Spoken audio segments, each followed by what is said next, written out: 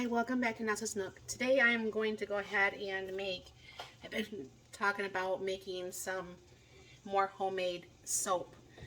Um, my husband, he still uses store-bought soap once in a while, but he does like to use my homemade soap, where I feel like with my skin issues since coming home from the hospital, I think the homemade soap works a lot better. So what it is, excuse me, is actually like a melt and pour soap that comes in like a big sheet. I'm missing a few sheets here. And what you do is you just cut that off and you melt it, and then you're just going to go ahead and pour it over there in the mold. So I have actually two strips of yogurt, one of cocoa, one of oatmeal, one of honey, and one of goat milk. And then I'm going to go ahead and put in some beeswax, some vitamin E, and some tea tree, because tea tree helps my skin. So I'm going to go ahead and get this going. I have my double broiler going, and it's been getting warm. And I did cut this in smaller pieces, so hopefully this should melt a lot faster. And then this is very, very, very simple to make. This will make the 6 bars of soap. I believe, if I'm not mistaken, I get the melt and pour soap from geez, I can't think of the name of this right now. Nature's Garden in Ohio. And they sell all different sorts of melt and pour soaps and regular soaps. And it makes it nice because then you can make your own soaps. You can put your own scents in there. You could do whatever it is that makes you happy. I don't put fragrant oil. I just always use essential oils in my soaps. I had my pot holders out earlier. I should have kept them out. Anyway, so what you do is you just keep stirring this, and it's going to get warm and melt. I'm not going to keep you here for the whole thing. I'll bring this back when it's a little bit closer. Then I'll add the oils, and I'll show you how I go ahead and pour those. Okay, this is just about all melted. That takes about 5 minutes to go ahead and get this melted. I'm not for sure if I mentioned that this is a double broiler method. I can use the microwave, however, I'm a microwave hater, so I'm not going to go ahead and do that because I just don't want to. So, I don't know if you could see, this is pretty much all melted. That water gets really hot. But there, you put about 2 or so inches of water in the bottom. I use a metal pan because, to me, I don't want to break my Pyrex pans. And I'm going to go ahead and throw some vitamin E oil in there.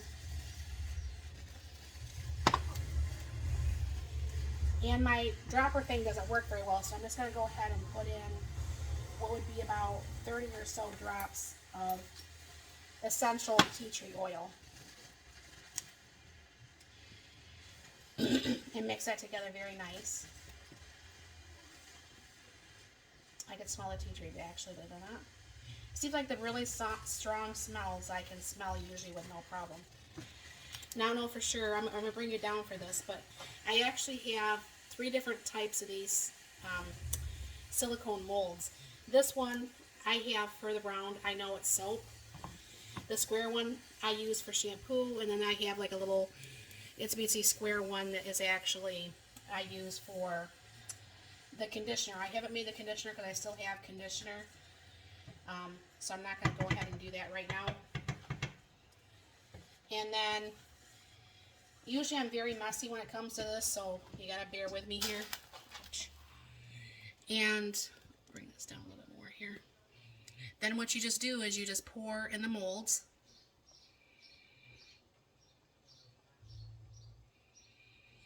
Hopefully it won't be as messy as usual.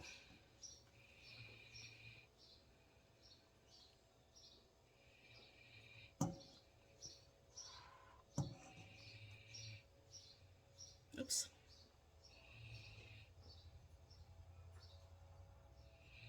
I actually have enough for 1 more bar, and I don't have the thing out. Let me put this on pause, and I will go get the shampoo mold real quick. Hold on. Okay, I'm back. What did I do with my pot holder?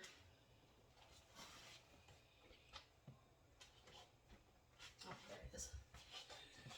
Boy, I leave the room and I just lose it. So anyways, the square one, I'm just going to have to remember that I did make some actually, well, that made it actually almost a whole another 2 bars. I'm going to have to remember that when I put this in the shower, that is actually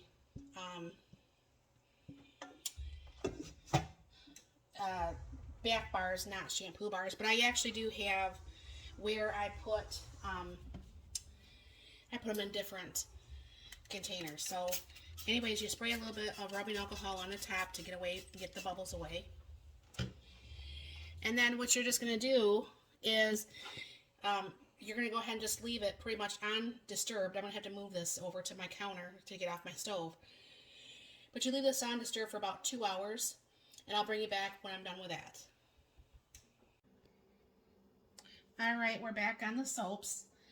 Now this is the bar soap that I made earlier. So you just pop out the bar soap just like that. And then you can just wash these silicone things when you're done. Usually I put this in a glass container, and I don't know where the glass container is, and I just wanted to get this taken care of so I can get my kitchen cleaned up. So I got a whole bunch of different things going on, and groceries to pick up that I picked up that they had stuff on sale. So trying to get all that done and still get ready for bed here. So, but this ended up being 8 bars of soap that's homemade. And like I said, it had 2 things of yogurt milk, 1 thing of cocoa, 1 oatmeal, 1 honey, and 1 goat milk. So, and it had some beeswax. So this should be really good. I mean, it's got the tea tree, it's got vitamin E. So this should work out very well for my skin.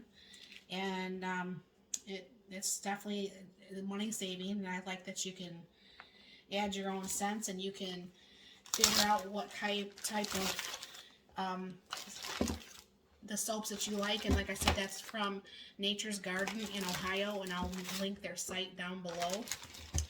But yeah, this should last us a good 6 months or so, and it's a lot cheaper than the bag balm that I was buying off Amazon at $5 a bar. So I will get that taken care of. I should probably get more of the air out of there than that. Get this taken care of as soon as I find that glass container that I stored in. And keep this on the shelf for pretty much, not really long-term storage, but it's pretty much long-term storage. So thank you very much for stopping by. You have a blessed and a wonderful day.